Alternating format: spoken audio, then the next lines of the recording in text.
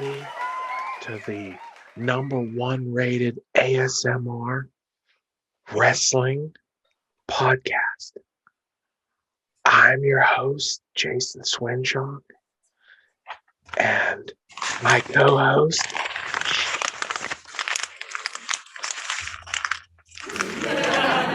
but anyway, we're not here to talk about any of that. We're not here to talk about my sweet vintage Hangman Page. Nice. Bullet Club shirt. If you look closely in the background behind me, you'd see my books. And one of them is a big encyclopedia of WWE. Okay? Yeah. Now, what are your thoughts on the current, since people heard us last, what can we tell people and what can we summarize to all of our listeners on where we're at with WWE? Do you want to start with the wrestling or do we want to talk about the fun stuff like the bio first? Because it's your call. You're right. You're the official WWE correspondent. I mean, dude, like I'm to the point where anymore with Raw in particular, and I don't want to classify all of WWE because NXT is doing some really good stuff, and so is SmackDown. They're doing some decent stuff.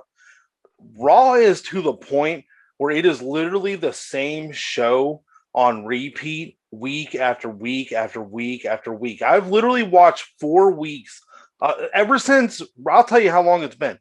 Ever since WrestleMania, it has been the same show, the same matches, week in and week out. And like, I don't know about anybody else, but I am sick and tired of seeing the same matches over and over and over again.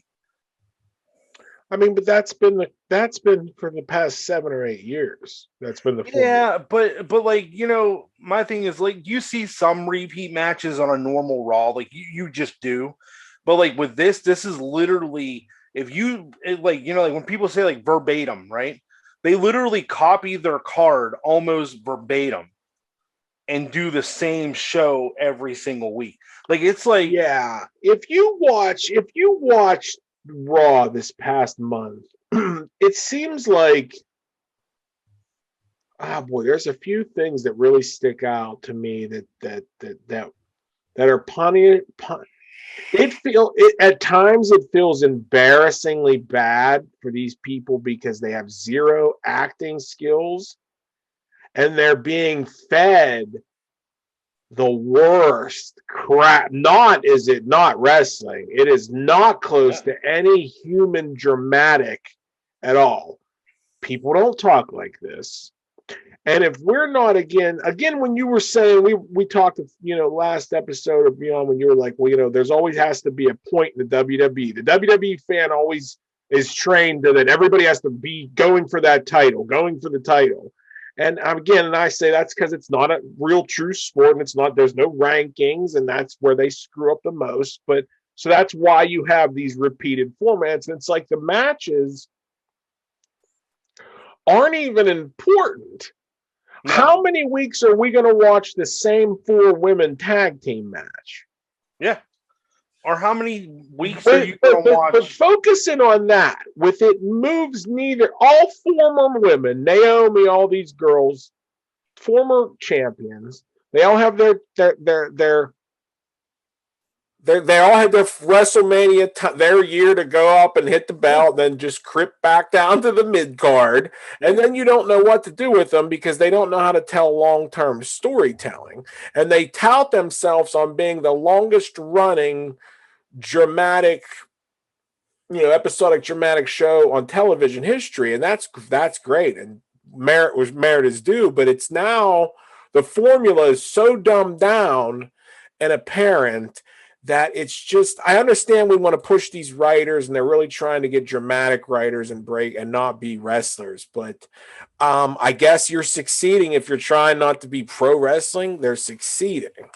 Well, my thing is like, but what show is going to an episodic show, right? Yeah. Yes. Okay, even an episodic show isn't going to show you the same show for 4 weeks in a row or 5 weeks in a row or however, you know, whatever it is. So the thing is that the loyalty to the WWE product has kept people where they've been for 7 or 8 years, for I would dare say the last 10 years.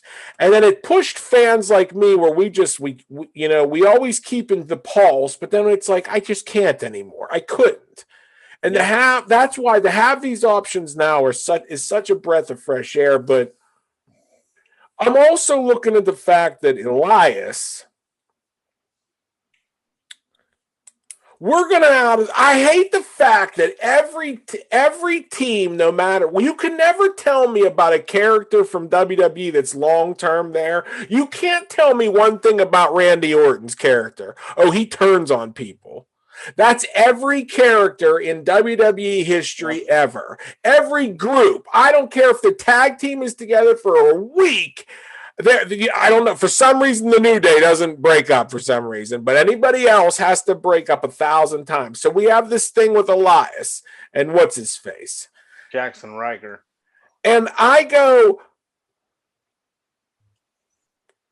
what's with all the stories of, okay, we're going back on the road. Like, we're going back on the road. I hear that a lot. That's weird to me. So let's put a strike in there. They are in July. They're going to go back. I know, but why are we acknowledging that? Because that's just a part of being a wrestler.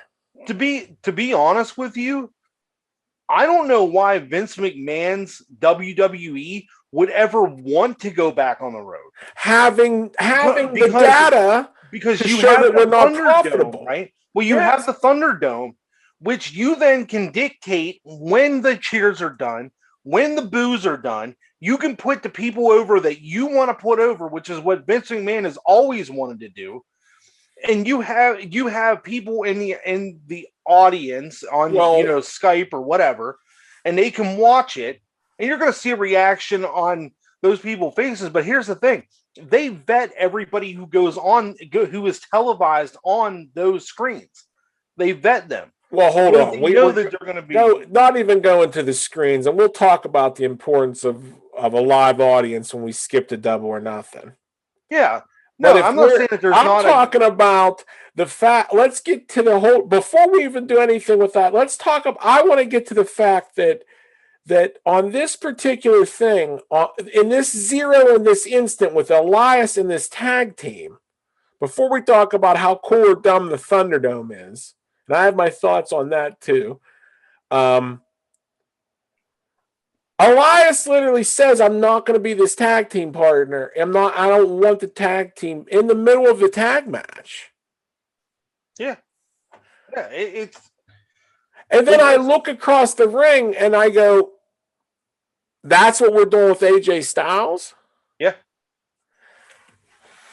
Well, and I go, if you're not trying to chase the belt and be the champion, and create a storyline of where, hey, we're just, I just don't understand, like the mediocre bullcrap writing, and then we're going to hint to it 5 seconds earlier before it happens. I just go, oh my, they have no concept. And if you think AJ Styles is best suited on Raw, Raw is the worst of its all time because AJ Styles is having upper mediocre tag team matches. All right, now in this Thunderdome, I say it great concept, but it doesn't matter now because we're going to be in a world where live audiences are going to be back soon. But here's my thing: if you look at it from a pro wrestling standpoint, live audiences are exactly what you want. Because you want the pops whenever, you want the fans to react to what's going on in a ring and the story or whatever. For Vince McMahon and the product that he puts out there, this is control. He can control the narrative of when people are going to cheer, when they're going to boo, when they're going to, have a reaction. This is everything that he's ever wanted to be able to do. Are you saying they're going to, yeah, but they're not, I'm saying that if I was Vince McMahon, keep the Thunderdome. I'm going to keep the Thunderdome Monday, Tuesday, Saturday, or Friday. Okay. Pay-per-views, I'm going to go do live. That's fine. I'm going to go do a pay-per-view live, okay? Because we're going to want to get the crowd reaction to actually look like we're doing something for pay-per-views. Plus, that's where you make your money anyway, supposedly, is in pay-per-views and selling out box offices, all right?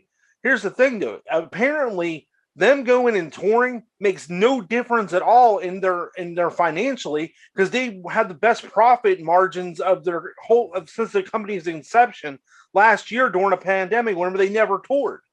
Well, you stated that wrong. It does impact. It has a terrible negative effect. Yeah, exactly. It has a terrible negative effect. Exactly. So touring, because they're going back into the house shows are what we're talking about. They should never do the house shows ever. Touring for Raw, and or if you want to do it for SmackDown, I'd keep a Thunderdome for SmackDown and have an experimental and try something experimental. Tour for Raw or tour for one and pick, because AEW will tour, but when they tour, it's Dynamite only, so you're not killing everybody. They should tour. If they're going to tour anything, they should tour NXT. Listen, what's your background in running companies and wrestling companies? Yeah, well, Mr. Khan knows what he's doing. Thank you, Matthew Mounts. No. I'm not. Thank you, Matthew Mounts. Why don't you tweet Mr. Tony Khan? Oh, no, I'm not talking about Tony Khan. I'm talking about Vince McMahon.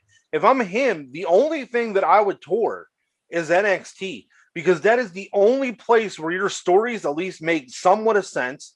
The wrestlers that you have there are actually like entertaining for you to want to watch. Like, dude, Karrion Kross is, and I know like I get a lot of crap about like how he's not that good in the ring and blah, blah. Dude, that guy is the most entertaining wrestler on their roster, period. His entrance is entertaining. The way that he does his matches is entertaining. The fear that his opponents see is entertaining. Like the whole package is entertaining, but it's on NXT. Well, and if he ever with NXT is it's always going to be WWE Junior League. And whether we try, it never can be the third brand. Send whoever you want there. I like NXT being in its own place, in its own thing. I like it having a home base. I like Dynamite having a home base. Where they're at. Yeah, Daly's place. But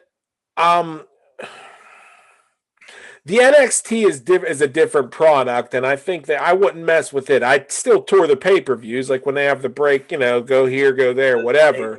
Take over. But they have to keep it in the studio at the Full Sails Academy. So, like, you have that built in, so like people go to work there. I'm going to tell you, like, and I mean this full-heartedly. I was never an NXT guy. I never, like, I'll be honest. And the last month, I've started watching NXT, and like the product is so much better than what you get on the main roster shows. It's night and day. It's like a totally different company. That's been the case for the past maybe since NXT became its own mini brand. And that's crazy to me that you can have a show ran as well as NXT is, and then you go to the main roster where these are supposed to be the guys who are experienced, the guys who the fans want to see over everybody else, and the stories are better, and all this other stuff, and it falls flat every week. So it's like why am I even watching this? I could go watch NXT and enjoy watching it. Well, NXT is a professional wrestling program, and it's not sports entertainment despite its label. It's also, from a business point of view, I don't know if it makes money because it was free on the network. It's where its origins were. Well, I mean, it's on USA now. So now that it can be advertised and it can be monetized other than a subscription service, I don't know whether I think it's better than SmackDown. It's been better than SmackDown immediately. Yeah. I mean, I think that with despite whoever the roster splits, it seems like SmackDown always gets the short end of the stick.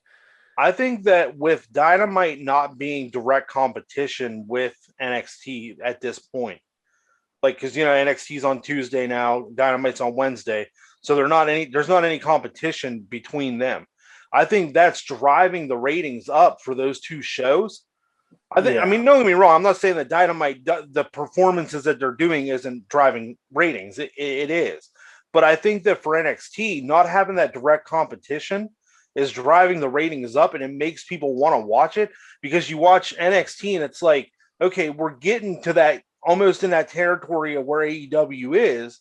And then you get to watch AEW where it's like, oh, yeah, this is what I'm talking about. It's never wise to... You don't want to ever split your audience. It was a very bold move for Bischoff to put Monday Night Raw or Nitro on Monday night because he could have did it on Tuesday night and took all of it. Yeah. He could have took when they were splitting fours, when they were each taking fours and there was an 8 share, they could have took 8 Monday and Tuesday nights and had enough to eat for everybody. And I don't know why people don't look at that. So originally, I believe the plans were Dynamite was going to be on Tuesday. It was originally the trademark was a Tuesday night Dynamite. Well, isn't it going to be moved to TBS soon anyway? TBS, yes. Which is a lateral sister move. So yeah. Ain't gonna hurt. Well, TBS and TNT are basically they are the same thing. So well, they're gonna add another show too, which is gonna be nice. Yeah. But hey, we're not talking about that. Yeah. I'll skip all that out. So so the boring. I don't know, man. I don't know. People can watch it and people can still say, I'm gonna go have my WrestleMania moment. And I just go, how can you not? If you're a fan of the last 30 years of wrestling, 40 years of wrestling, how are you even how do you even entertain WWE as a viable option to tune into? I just do so we can bitch about it. I actually, like I said before, I'm enjoying the content that is available now on the, I'm going to put it in quotes, on the network.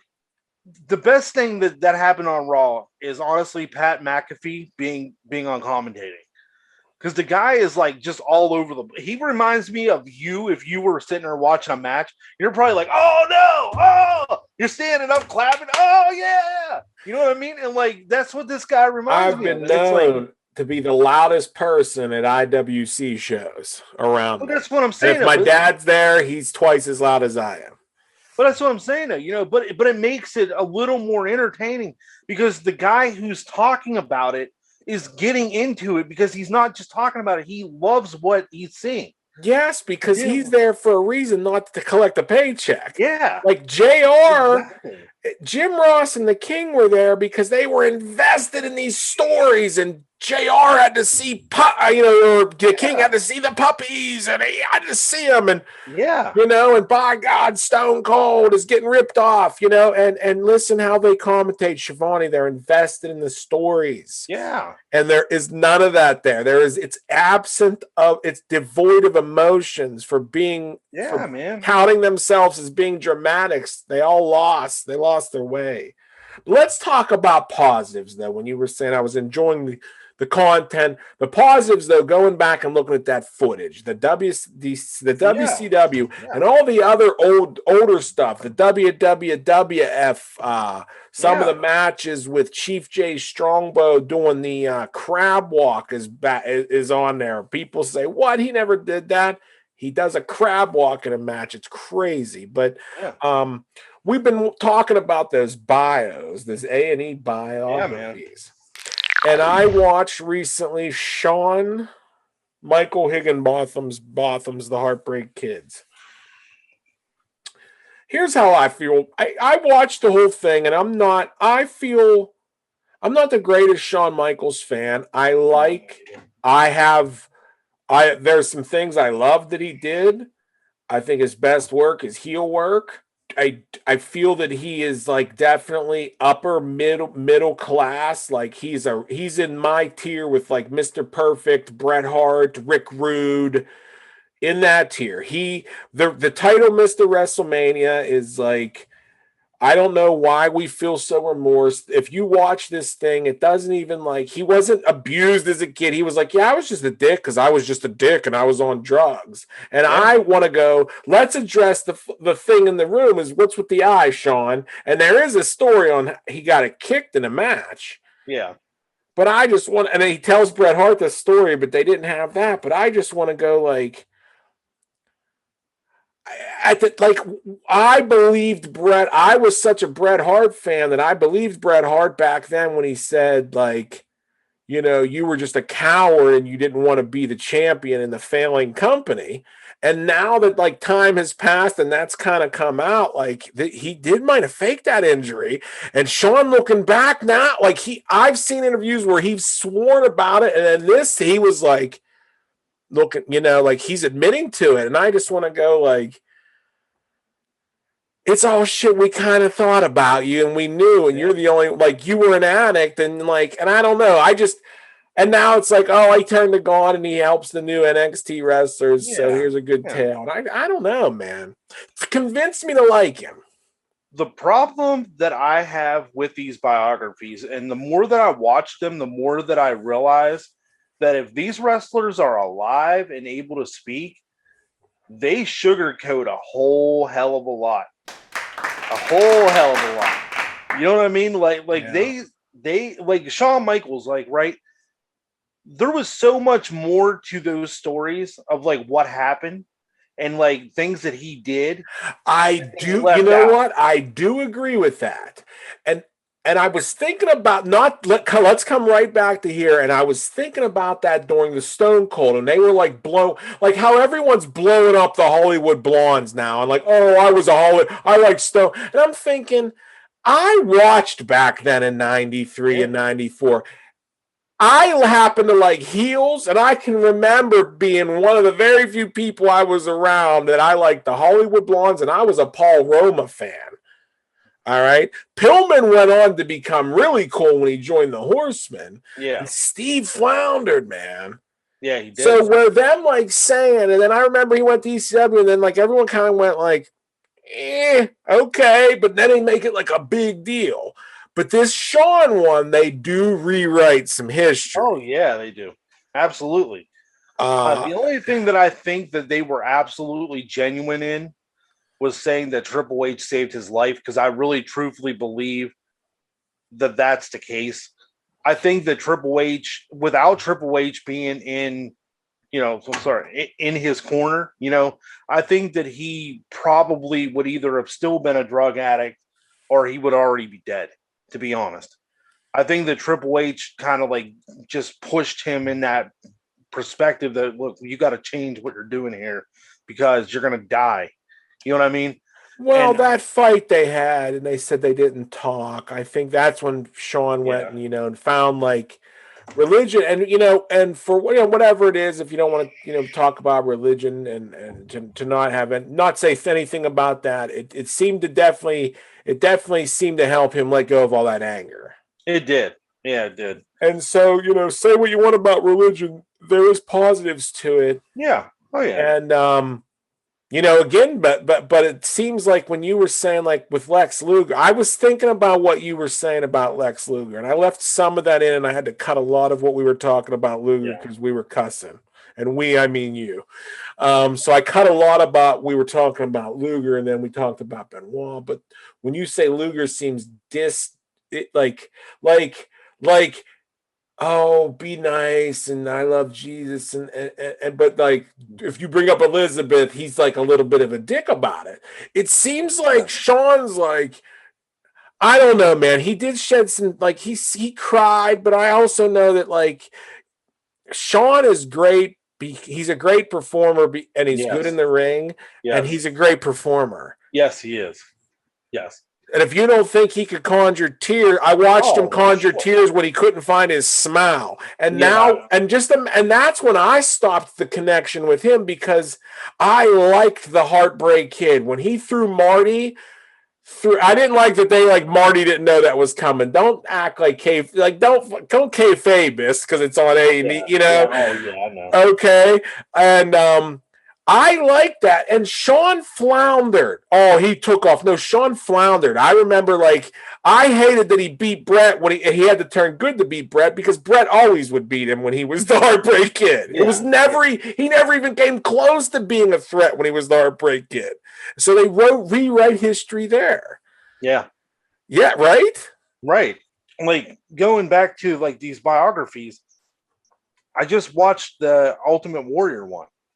And I watched the Dark Side of the Ring Ultimate Warrior one. Because I actually watched one night, and then I was like, okay, I'm going to let it stew in my brain and like what they talked about. Interesting. Right? And then I'm going to watch the Dark Side of the Ring one, because Dark Side of the Ring doesn't have any vested interest in this other than telling you the story of what really happened. Right? I didn't even think about watching both of them, because I didn't even know, like, Ultimate Warrior is the only one that parallels right now, right? Yes. Okay. Well, Pillman biography, is there a Pillman Dark Side of the Ring, or is that the Dark Side of the Ring world? No, it's just Dark Side of the Ring. Okay. Which is extremely good.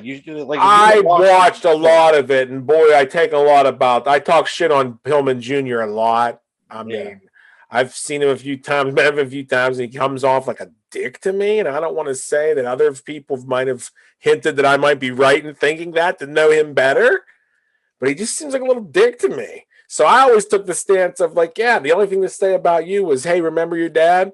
Yeah, he was cool. And then he fucking pinned my buddy, who's from the same hometown with me, for the Super Indie belt, Johnny Patch. So then I really hated him. But okay.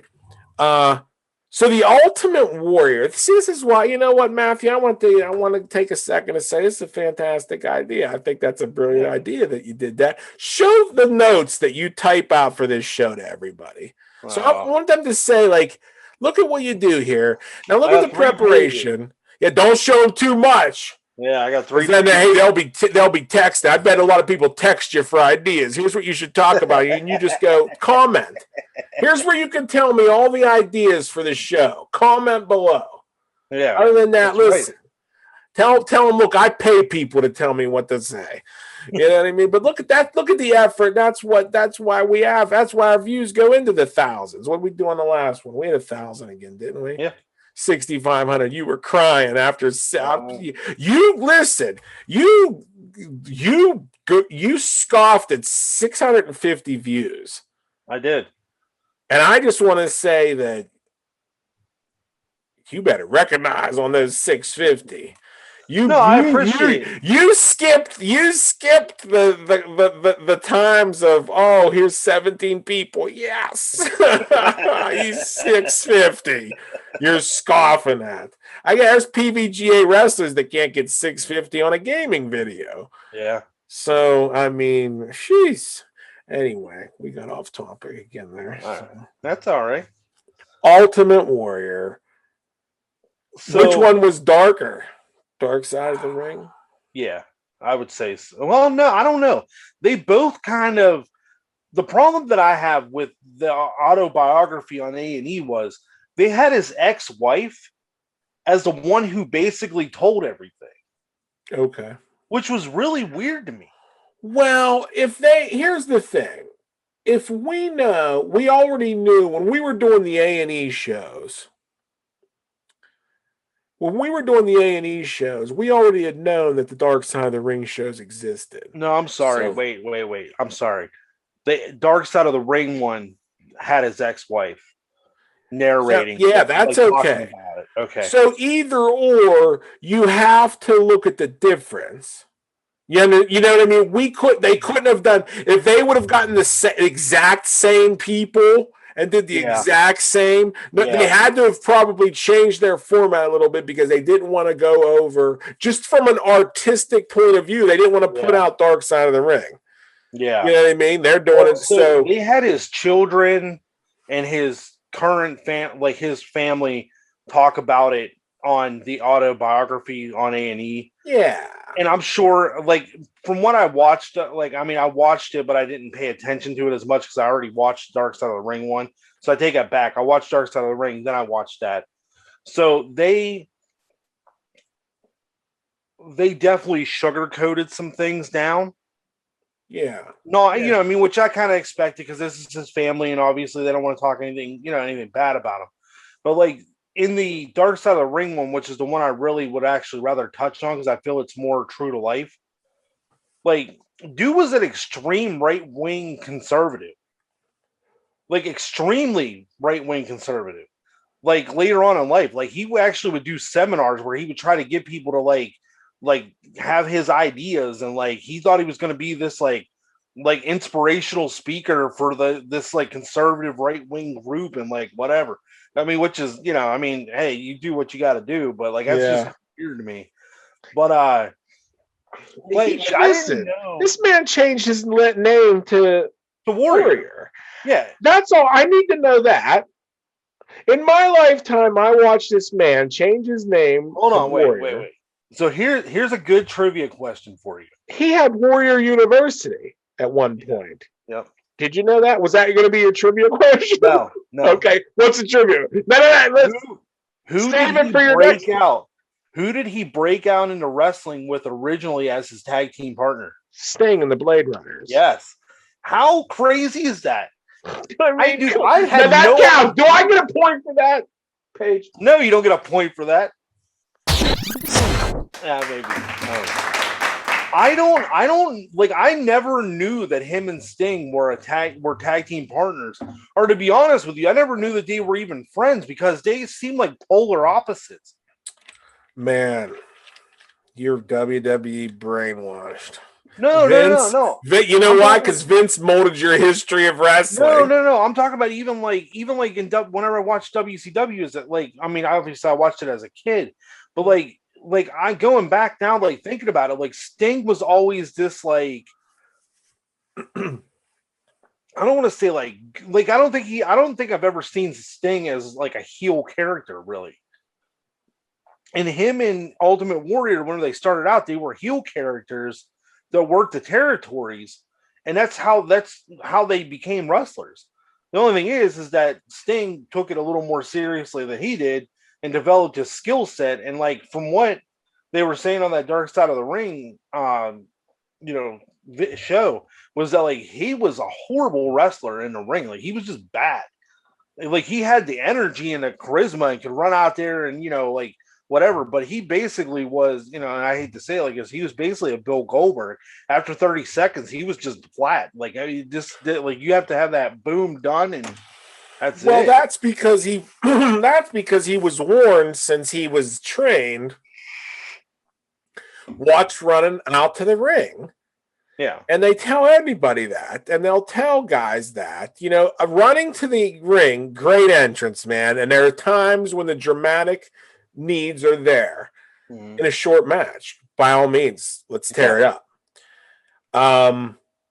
But Ultimate Warrior would run down there, run around the ring a bunch of times, get in that ring, shake it up. Then he's blown up, and in 30 seconds, not 30 seconds, but 5-10 minutes of him doing those, and he was all power moves. Everything he did was, and everything was so big. And if the guy did a move, he did all the pantomiming involved in the move too. So everything was a physical workout, and it was exhausting. Yeah. So you're going to get sloppy, but that was his essence. If you're booking the Ultimate Warrior for a 30-minute Iron Man match, I don't know if that was ever the proper booking. He needed to be different than Hulk Hogan, and he was, and that's what made him go to the moon. It was that Vince McMahon would book him in these big matches and tell his guys, put him over. So he got it in his head that he was just this great wrestler that really, like, if it wasn't for them putting him over, he really he was a bodybuilder who got into wrestling and just wasn't really that great of a wrestler, like a pro wrestler. He needed smarten up. If you're not, the problem with it was there was no smartening him up. Whenever they finally went to him and said, "Hey, listen, Like, you're not Hulk Hogan. We're not going to pay you what Hulk Hogan makes. He couldn't handle that part. He That. He was living in, and that. Okay, that's where the problem was. He's living in his own head. Yeah, thinking that he's this great. He's thinking he's on. Well, in his words, he was above Hogan, and he knew he was above Hogan because his physique was better, his entrance was better, his abilities were better. And it's like, dude, yeah, but Hogan could wrestle a 30-minute match. You, on the other hand, if it's more than 5-10 minutes, we're holding your hand through this match. You know what I mean? Like, yeah. Not only that, like Hogan, for as much as people say that he doesn't like to lay down, and take a lose a match. Ultimate Warrior was even worse. Like, he literally would refuse. He'd tell him straight out, like, I'm not losing this. You know what I mean? He definitely has shades of Bill Goldberg then when you say that. Well, yeah, and that's why I think the comparisons between the two are really there, because if they would have booked Ultimate Warrior like they did a Goldberg in WCW, his run would have only been probably that year or maybe a little more, and then he would have been done. Just like Goldberg, whenever he went to WWE, they started booking him in these matches that were 10, 15 minutes long. He couldn't handle it because his matches were always quick. I was before his run and I was after his run, and I've seen him come and gone officially in almost everything he's done. And for him to be put on this spotlight, was he hot for a couple years? Yeah. And then that was about it, though. Ultimate Warrior? Yeah. And I don't like... Well, there was a few WrestleManias, and then he was gone. And then I remember he came around to wrestle Triple H. What's that? That's because he committed career suicide. Yeah. He goes to the boss and tells them, listen, here's the list of demands. He held up. Give me all of these. I'm out of here. I'm not going to wrestle this match. So Vince McMahon, being Vince McMahon, tells him, I'm going to pay you the same amount as Hogan. Go out there, do this show. And whenever he come back to the dressing room, he handed him his pink slip and said, you're fired. Is this when Hogan says, look, I'm not saying I told Vince I'll go out there, if this guy's holding you up, I'll break his leg, but I'm not saying that if I is that where Jake the Snake Roberts actually says, because him and Jake the Snake had a heat for a long time. Okay. Where and Jake was actually on the Dark Side of the Ring one talking about what happened.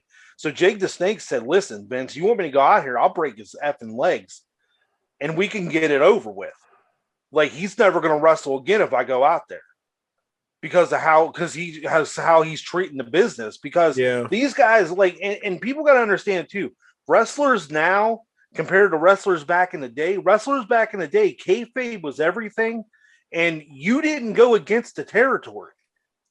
You didn't go against what the booker said. This is what the booker said. This is what you go and do. If you're going to lose, you're going to go out there and lose. It's that simple. I know, because in the game Wrestling Empire, I went against the booker in a Southern Territory, and they had me killed. Yeah. By Ric Flair's gang in this game, they had me killed because I wasn't. Yeah. The booker told me to take a dime, and I didn't do it. And I thought it was a part of this storyline. It was. Yeah. But that's part of how it was though back in those days of the territories.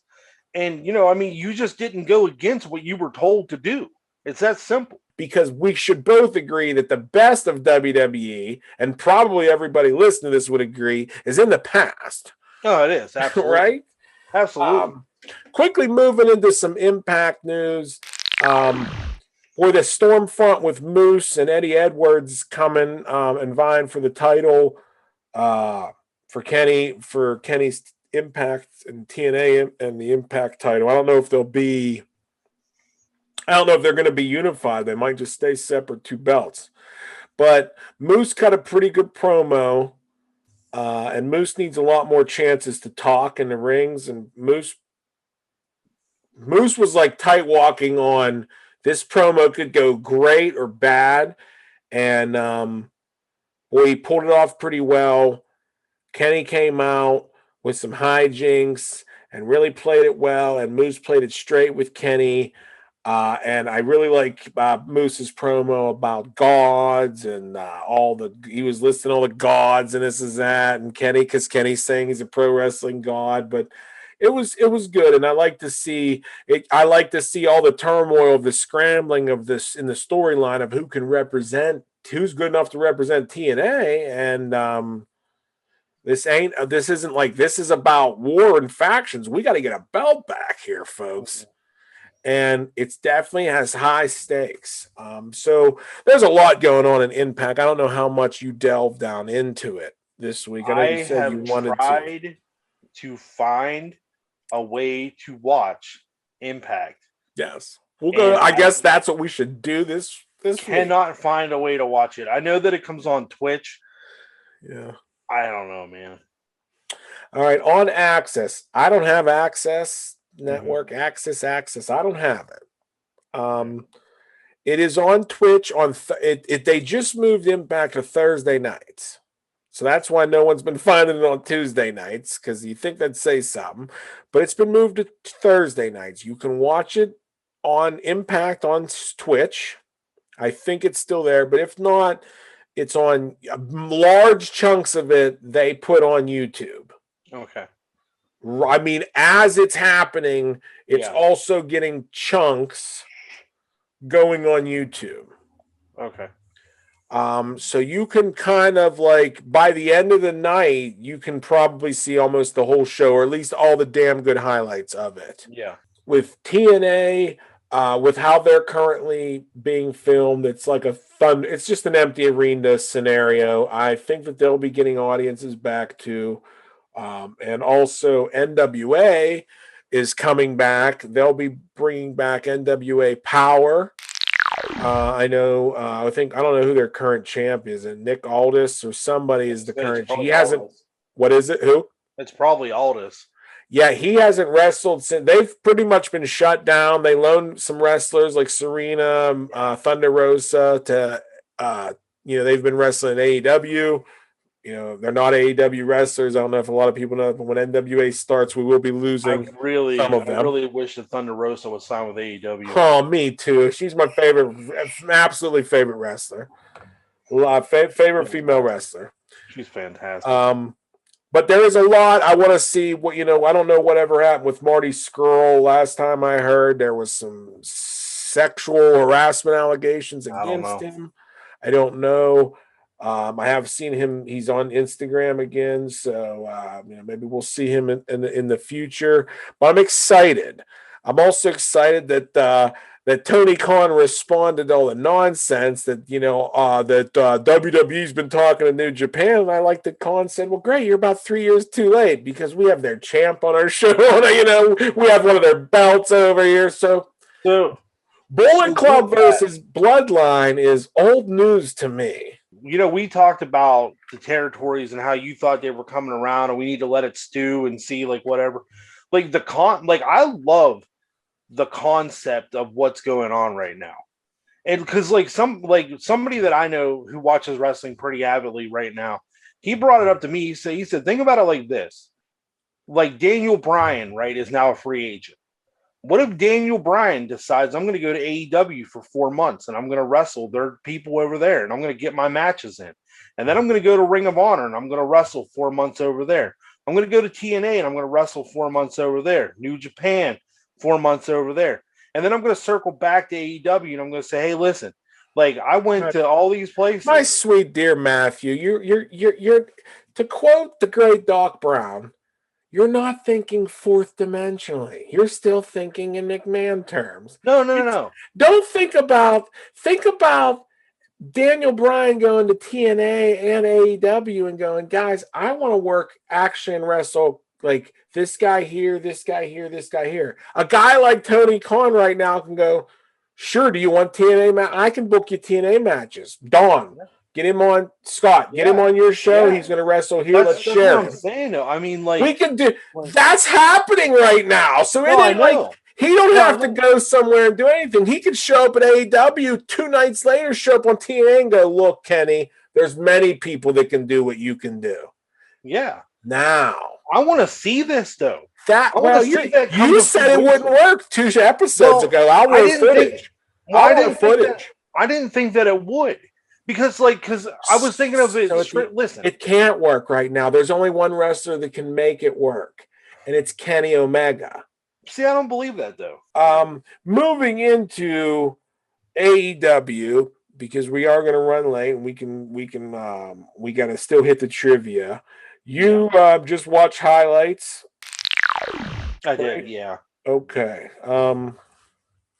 I mean, I watched highlights. I had that Corona Vax boy, and I had one goal. It was Thursday, dude. I had one goal. It was many goals and then some question marks, and one was like, "Look, I got to be better for Double or Nothing." Yeah. And I'm going to say, hands down, I don't know if I couldn't list. If I would have trouble right now listing you like 5 top to bottom better pay-per-views. Where the card, and I would say a couple of them are probably the first Double or Nothing, or maybe all. And there was some. I didn't like the whole card for like All Out, the Bullet Club pay-per-view, but like Double or Nothing is up there with like one of the like Halloween Havoc, one of the Halloween Havoc 98 or 97s are one of my favorites too. Royal Rumble 92 or the whatever one Flair wins. That's a badass pay-per-view when Piper wins the Intercontinental title. That's it. And I'm going to put Double or Nothing 21 up there because, again, top to bottom, some highlights. The Battle Royal to where at the end, Christian and Jungle Boy and the three of us combined wrestling knowledge, me and my cousin Chad and Josh, my friend Josh in the room, EVP of PVGA. I had to invite him up to schmooze because I'm trying to get my job back in PVGA. So we're all at a point, like there's so much that happened that night that we've never seen. My cousin Chad's been watching wrestling since the 70s, early 70s. Josh is in his 30s, watched wrestling his whole life. And there's moments all night where we're like, we're looking at each other like, have you ever seen that? No. Like when we're going Christian, Jungle Boy, and we know that Jungle Boy is the right choice, but we also have Christian who could be and when I heard people boo and I felt the crowd again, and I said, the crowd is such a missing piece. And we were talking about this earlier in the Thunderdome. The crowd, hearing the crowd go crazy for Jungle Boy tossing out Christian and Christian just doing his job. Like, that was an amazing moment. The tag titles, the Young Bucks are innovating being heels and reteaching people how to be heels again. And the most important thing is because we have to have rules and we have to be able to break those rules. And does Eddie Kingston look like he smells like a box of Newports? Does he look like a box of Newport cigarettes? I was thinking, we all know Eddie. We all know that friend that looks like Eddie Kingston, and we know he's going. Who's got a Newport? And I go, come on, exactly. But John Moxley, that was the severe beating of John Moxley at the end. I like that they had to resort to getting 3-4 BT triggers because Mox is a maniac, but it was poetic justice because they jumped him before the bell. Yeah. So anybody's quick to say, but the ref let him in the ring. I'm like, well, listen, it's the refs say we let them dictate the tone of the matches. And I did like that Frankie Kazarian shows up, so they show some nice story work there. He takes out the club because we know they're showing up. Big Gallows gets taken out. I love it. And just the Bucks, they gave Eddie Kingston a hot tag to himself and beat the crap out of him. I go, I don't understand. They're just so damn good. I'm not gonna lie to you though. I really wanted Eddie Kingston and John Moxley to win the tag titles.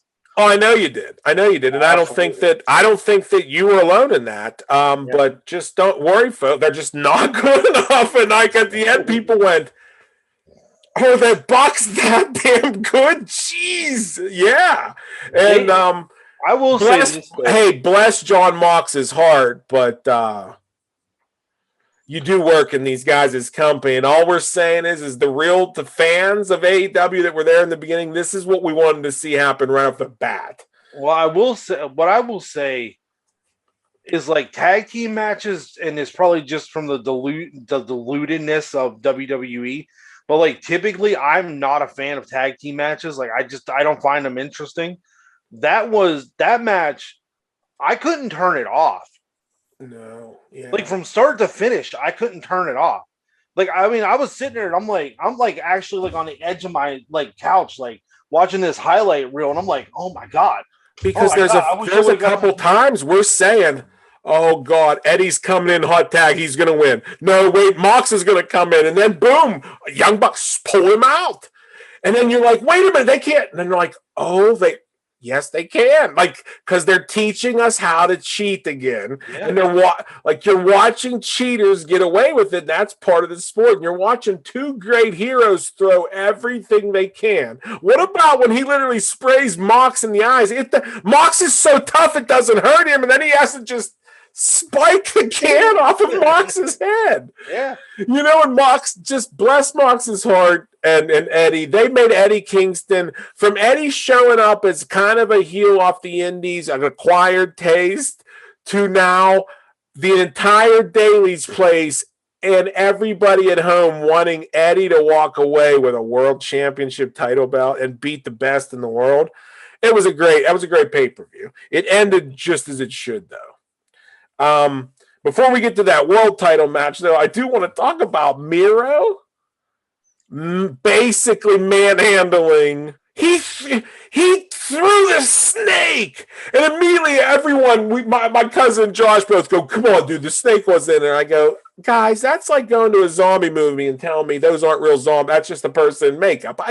We're in fiction, when we're living in the fiction, we're in the fiction. He threw the snake. And then he manhandled Lance Archer to the point where I went, Lance is kind of a baby, right? Dude, I couldn't believe how brutal he was to Lance Archer. Like I told you on the last episode, Miro is, dude, that guy has everything from head to toe. He is everything you want in a wrestler. Everything you want. And the only thing we're going to see is more and more and more of him just brutalizing these guys that are supposed to be able to whoop his ass. And because we're used to seeing him in a mid-card on WWE, and that's where they booked him, and that's where they kept him at. And now I'm telling you, Matthew, I will tell you this much. Unlike you, I can admit when I'm wrong. And I will say, a month ago, I hated Miro's guts, and I hated the best man Miro. But now someone said, hey, go out and be you. And the promo he cut on Jake before the pay-per-view, when he was like, oh, yeah, Jay, come out here, tell me, I haven't heard that one before. You know what I mean? Like, he was cocky, arrogant, and I like him because he's like Fat Bastard's character, but in an awesome body. Yeah. Like, oh, I make fun of people. Oh, I'm real scared of you. And then he can back it up.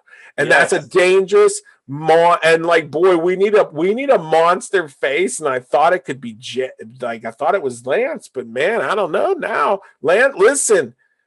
But then again, they must go, look, when they're all in the back going, who needs a push? Miro goes, guys, I had to put over John Cena on my best pushes ever, and they probably already have their stories on why they're all justified, and then they probably already, like, Lance was probably like, yeah, dude, go right here, go right there, go to the front of the line, get this guy a belt. Damn, you did have to, because literally Lance just had a great run in New Japan.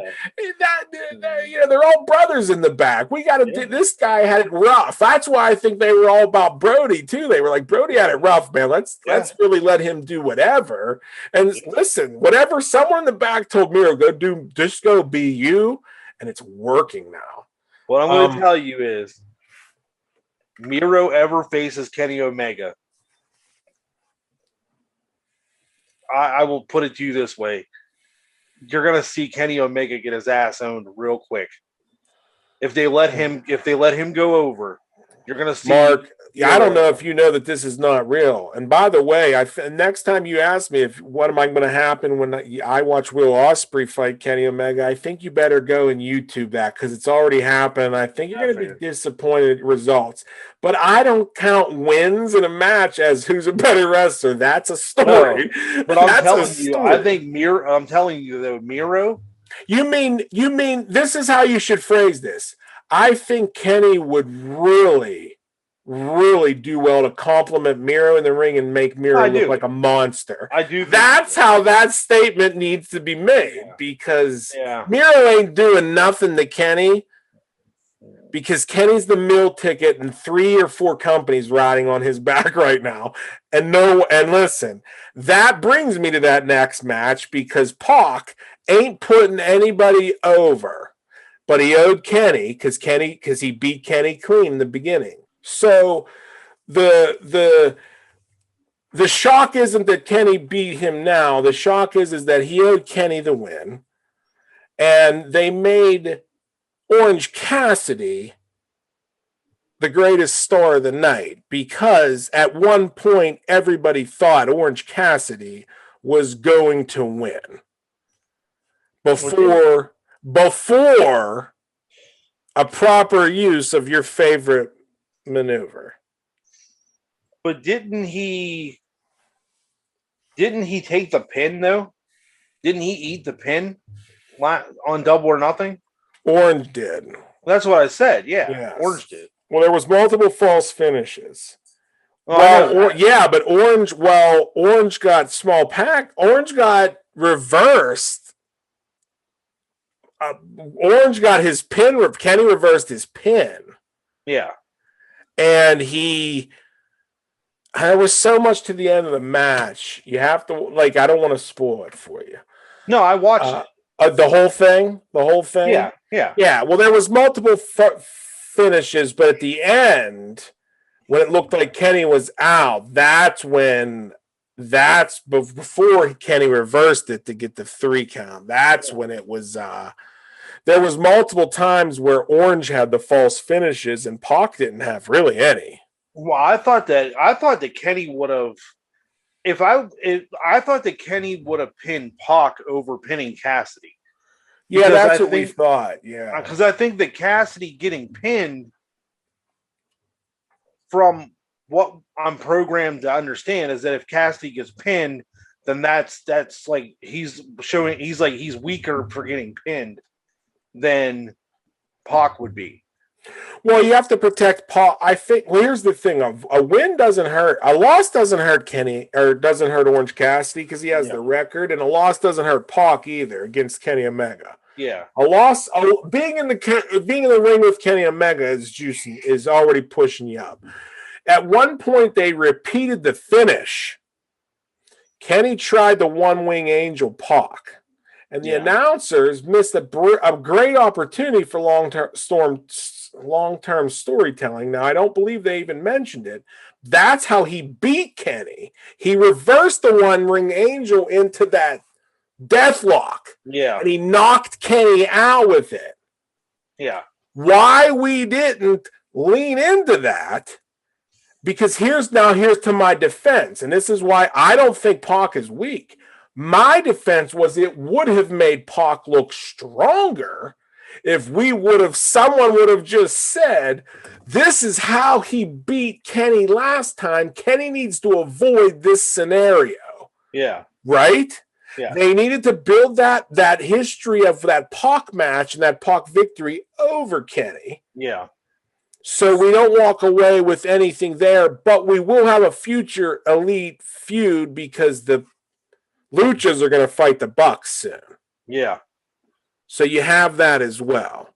No, so I'm not saying by any means Neville is a legitimate threat. Always was, but I love the Lucha Bros. I do want to say that I was not, and it was that the pay-per-views run long, but you only get 4 a year, and I like a long-run pay-per-view. but like I kind of was like, I'm not really into the Stadium Stampede.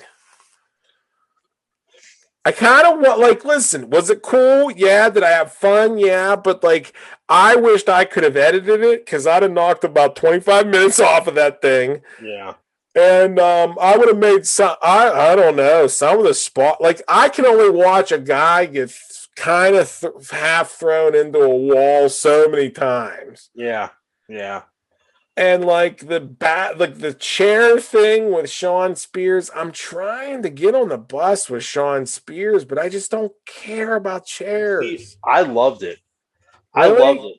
I love the fact that he's the chairman, and he walks into that room and there's all these chairs, and he's sitting there with the lights are down, and he's like, all right, you're in my role now. I like the aesthetic of that, but then it's like Shawn loses again in his own world. Like now he's problem though. That's the problem though. If he would have took out, I don't remember who it was. Was it who was it that walked in there? I can't even remember now. Was it Sammy Guevara? Sammy Guevara and him were the part. Yeah, they were the dance partners. Okay. Well, I guess for the finish, you couldn't have had Sammy get knocked out by a chair. I did the finish. I liked a lot of things. I liked Conan showing up as a DJ. I liked a lot of. I wish that they all had the cue to come back to the ring and kind of finish something down at the ring side. Well, I'm just glad that the Inner Circle is still in existence because I absolutely love the Inner Circle. From the beginning of this, till now, I've loved the Inner Circle. Well, it's tough for a face faction to run without a heel faction to fight against. And I don't know.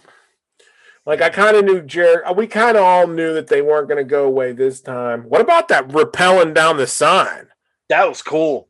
I was nervous. I was like, y'all remember Owen Hart? Yeah, right. I'm not going. Listen, listen. Heights and me do not mix. I don't care. I'd be like, Chris, I know it's cold. 5 of us are one of us are on the ground waiting. Like, yes.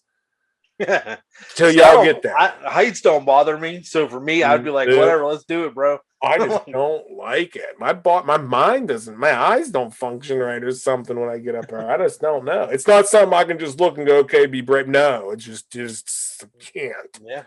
I don't know.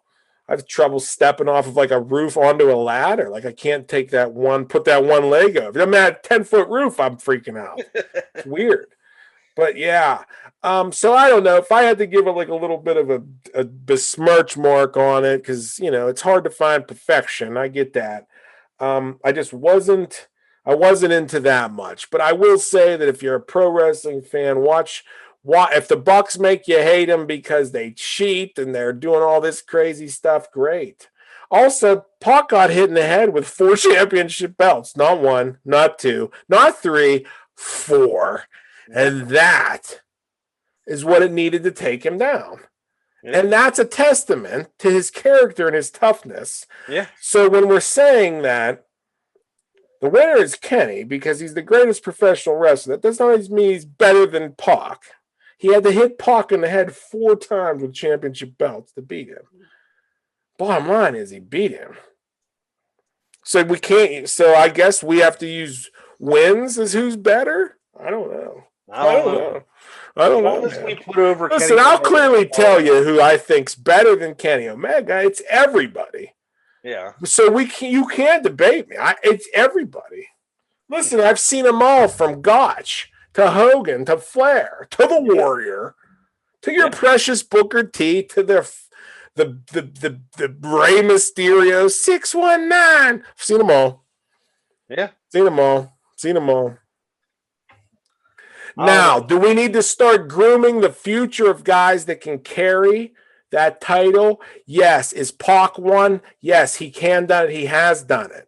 He can move between federations. He does it. He will.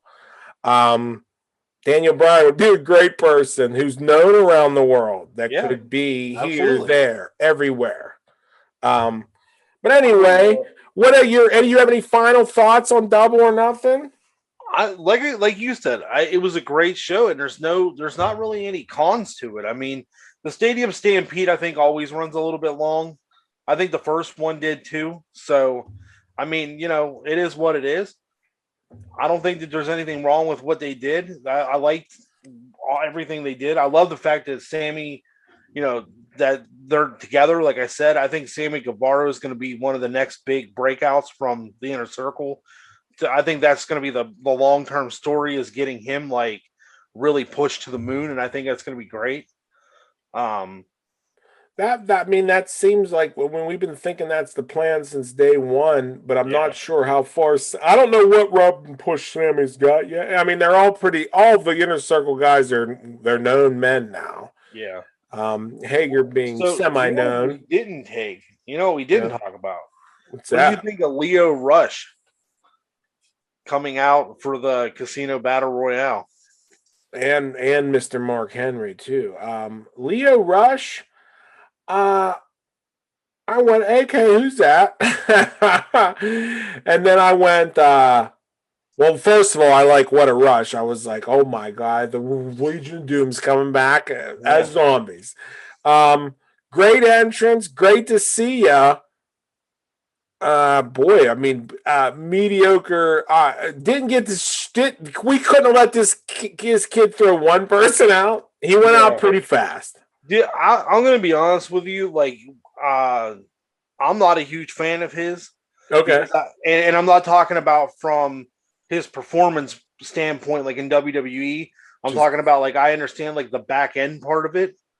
And from what I understand of him, he is very, very difficult to work with and to work around. And that was one of the reasons why he was no longer in WWE. So I hope that AEW and the people there can maybe make him grow up a little bit, or maybe he has grown up in the time he's been gone from wrestling. I don't know. But I also think Mark Henry, who reported this? Some dirt sheets.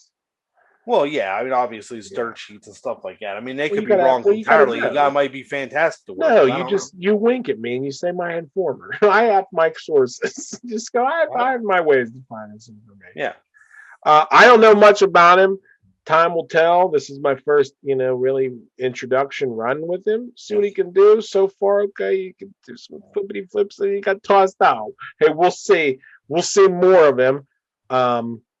And then on the news show, Mr. Mark Henry, announcer. Okay, good, great. Come and coach. Come show these kids some things. I don't know. Mark Henry has not left. Mark Henry is one of the most active. Mark Henry debuted in 96, 95, 96. I remember him debuting. And he's never left WWE. No. He's never been gone. He's like everything's gone. Everything's said. He's like, hey, I'm still here, guys. And for him to come down and be like, okay, cool, this is where I should be now. Hey, come on down. I just hope that this isn't becoming a nursing home for retired WWE guys. And that's my what I loved about AEW in the beginning was the fact that nobody really from WWE was there other than JR and a couple people in the back like Billy Gunn and whatever.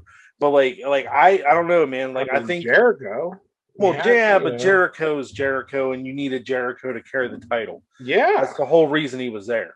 Well, now we're getting into this. We're getting into that territory of like, it's almost like a pseudo WCW at this point. Where like, okay, if these guys don't want to wrestle for WWE, they'll come right on in here, and they're like, here it is. And it's like, well, that's the point. We want the good talent to have places to go, and we want to be able to showcase as much as possible. And for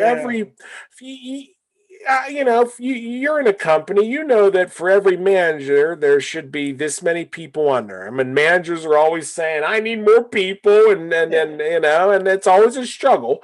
But if we want 10 more good wrestlers, okay, and with good storylines to fill another show, we need more coaches. We need more announcers. We need more guys like Christian Cage out there that are going to do the nod that means something. Yes.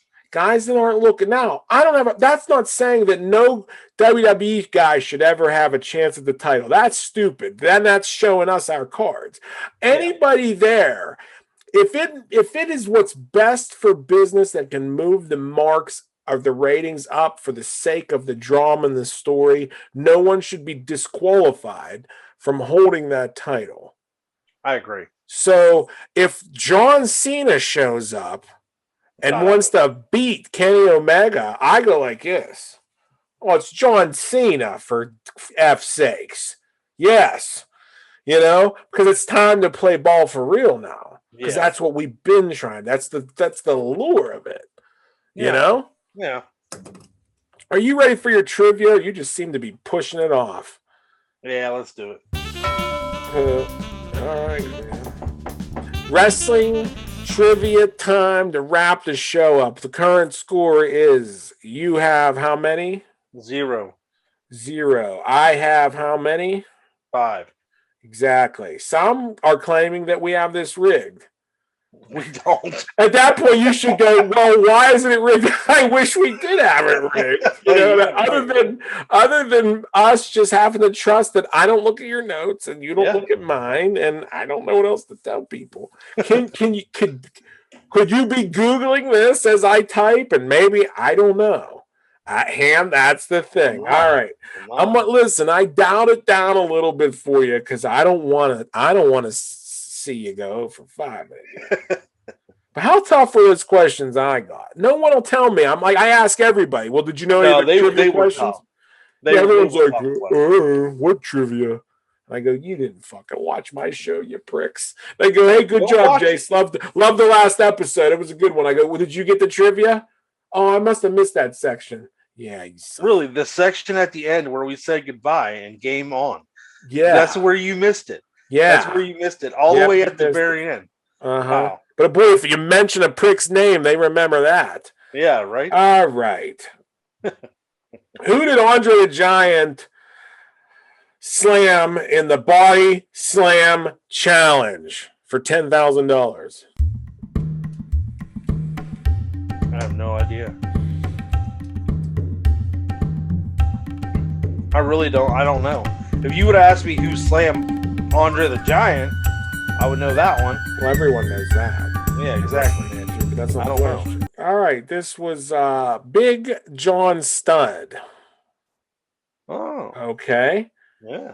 And then you know what happened? That no good Bobby the Brain Heenan snuck down. Andre had the $10,000 purse, and he was throwing out all of Big John's money to the crowd. And Heenan stole the purse and ran backstage with the rest of the money. And Andre vowed to get him, Okay, no points for you. That's 0. Boy, I thought I was giving you a good one there. WrestleMania 2000.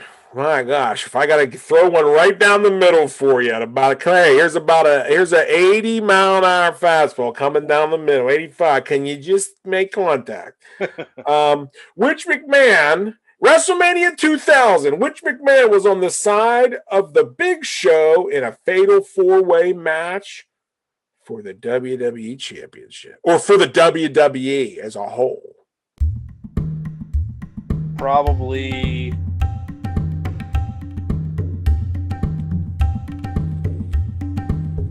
Stephanie McMahon? Shane McMahon. I was going to say Shane McMahon, too. Okay. All right. Are you familiar with the tag team, the Fabulous Freebirds? I know who they are. All right. They have a famous leader, Michael Hayes. Doc Hendricks, also known as P.S. Michael Hayes. Can you name one other member of the Fabulous Freebirds who've been active from 1979 on and off to the year 2017? I know one of them died. Right? Oh, God, I don't know. I don't know. I mean, Michael Hayes. Michael Hayes is the leader. All right. You could have said Buddy Roberts, Terry Gordy, Jimmy Garvin, or Bad Street.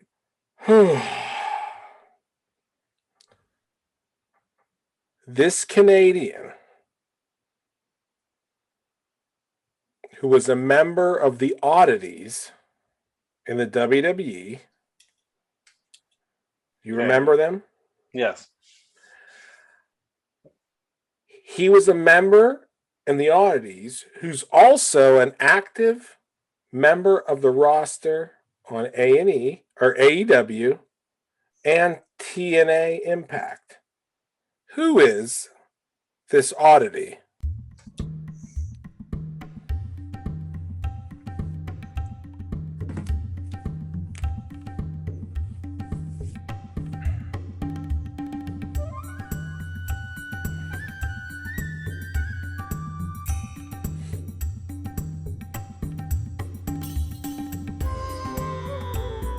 I don't know.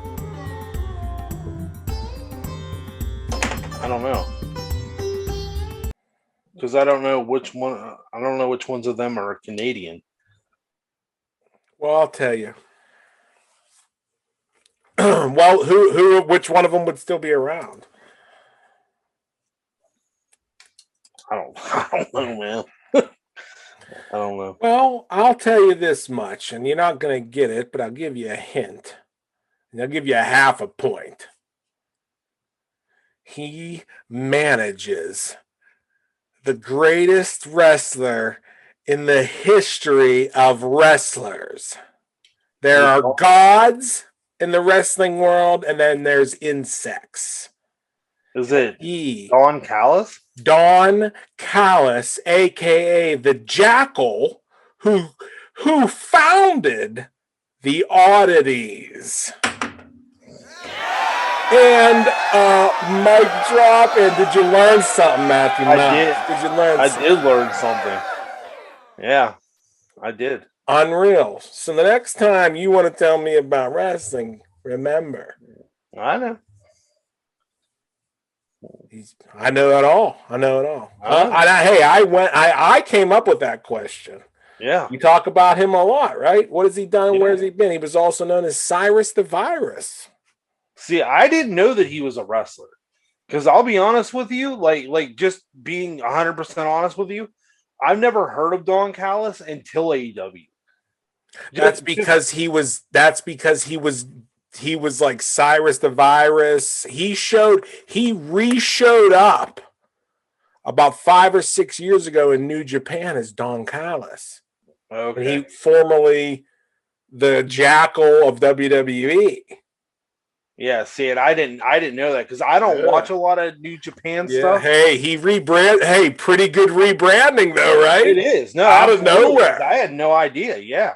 So add to for them to say he's a mediocre, this guy added he had the Truth Commission. He also he had the Oddities. He also was pitched writing positions in WWE, but he wanted to be the booker. Retired. Did some announcing in New Japan when they wanted to get Bret Hart, another Canadian, to announce one of Kenny's matches, and he got Don instead because he knew Don,